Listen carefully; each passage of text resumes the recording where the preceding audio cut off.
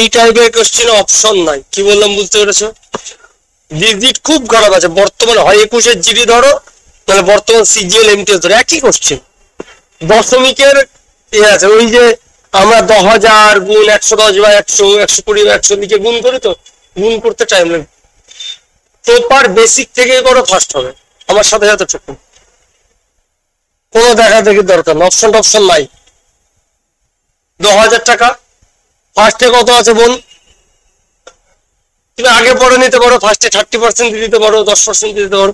10% দিতে, তাহলে 10,000 টাকা 10% কত হবে বলো? 1,000 টাকা একটা শূন্যবাদ লিখে দাও নিচে, 1,000 টাকা যোগ করলাম, করা যাবে? এই যোগ তো ভুল হবে না, স্পিডে পেরিয়ে যোগ করতে যাবে, কোনো শর্টকাট না। যখন ডিজিট খারাপ থাকে এই যায় সঙ্গে। এবারে 11,000 টাকা 20% কত হবে? 2200, 10% মানে একটা শূন্য 1100, 1100 ডাবল কত? যোগ করে দিতে পারি ভাই, 20 হয়ে গেছে, দুটো 0, 2, 13,000 কত? 200। ভাই কেবল 20 এসছে, এখনো খেলা বাকি আছে, 30% যায়। অপশনের দিকে তাকাও,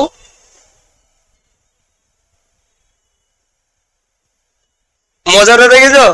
এখনো 30% যোগ করতে হবে, তার আগে চলে এসছে কত? 13,000। আর অপশনে একটা বাদে সবগুলো কি আছে? 11,000। আমরা তো জানি 13,000 থেকে বড় হবে, এটা তো কনফার্ম।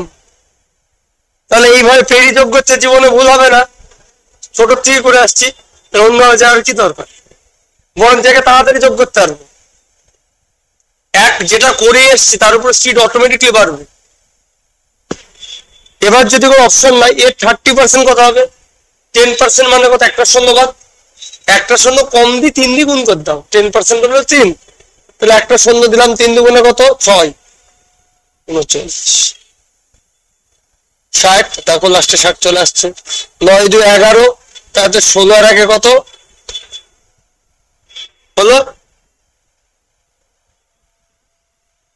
অপশন টপশন কিছু দশমিক হলেও অ্যাপ্রক্স মারা যাবে, কাছাকাছি এরকম হবে। সবচাইতে খারাপ চক্রবৃদ্ধি ছিল তখন এই অবস্থায় দরকার পড়বে, কিচ্ছু করার নাই। আমরা কোনটাকে কি নিয়েছি পাশে লিখে দিই। এটা কি ছিল?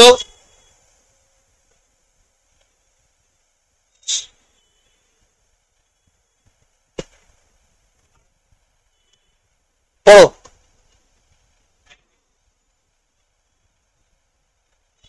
পড়ো, জোরে পড়ো। প্রথমে 10% বাড়িয়েছ, কত হলো? তারপরে কত পার্সেন্ট বাড়িয়েছ? তাহলে এর 20% যোগ করে দিয়েছ।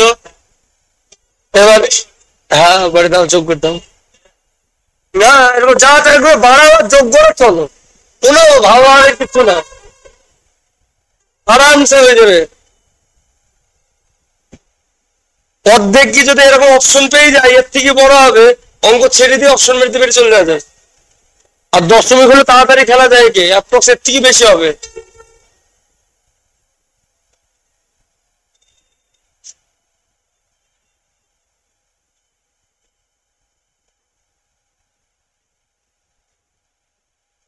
ভাই এর আর একটা নিয়ম ভালো করে দেখো, আমরা বেসিক করতে গেলে কি করতাম?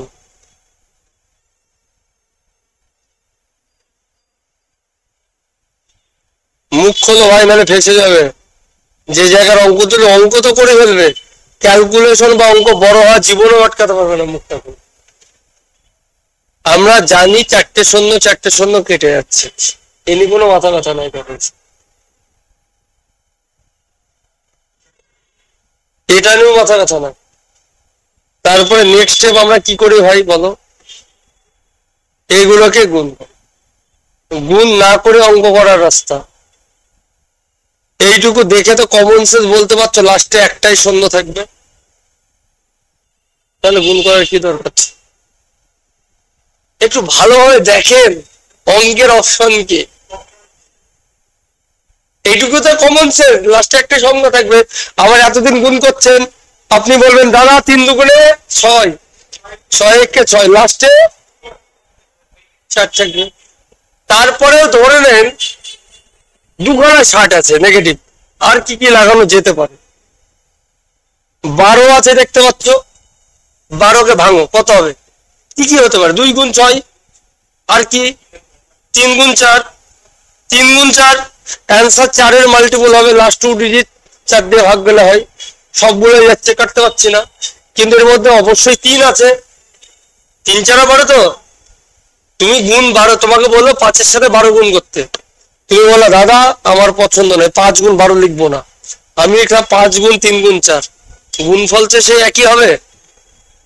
5 গুণ 12 লিখলো না, বদমেশি করে লিখলে দুটোর রেজাল্টও সে একই, তার মানে 12 তো ইনক্লুড ওর ভেতরে।